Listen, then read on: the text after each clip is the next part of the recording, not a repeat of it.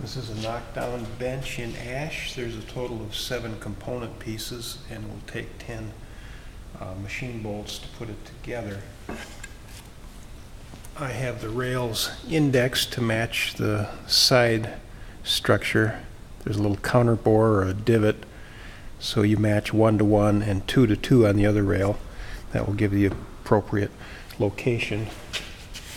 On this rail, there's also a recessed magnet that'll be a place to leave the assembly wrench.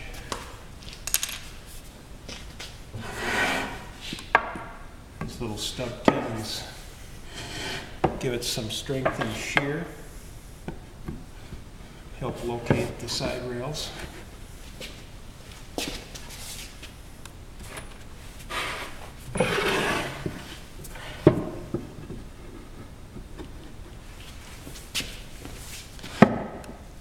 You run the 4 longest screws into this connection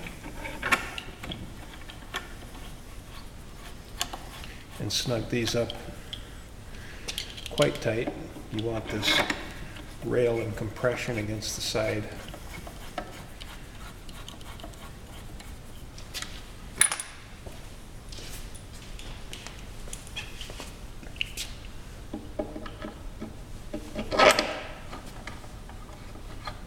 So just 4 fasteners completes the base.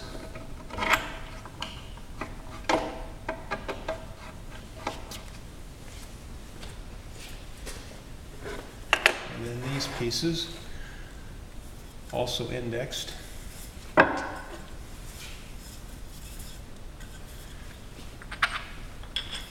where there's a single hole, run that screw in tight.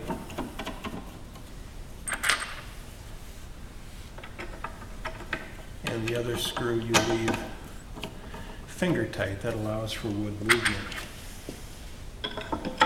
Again, tight on this one, finger tight on that one.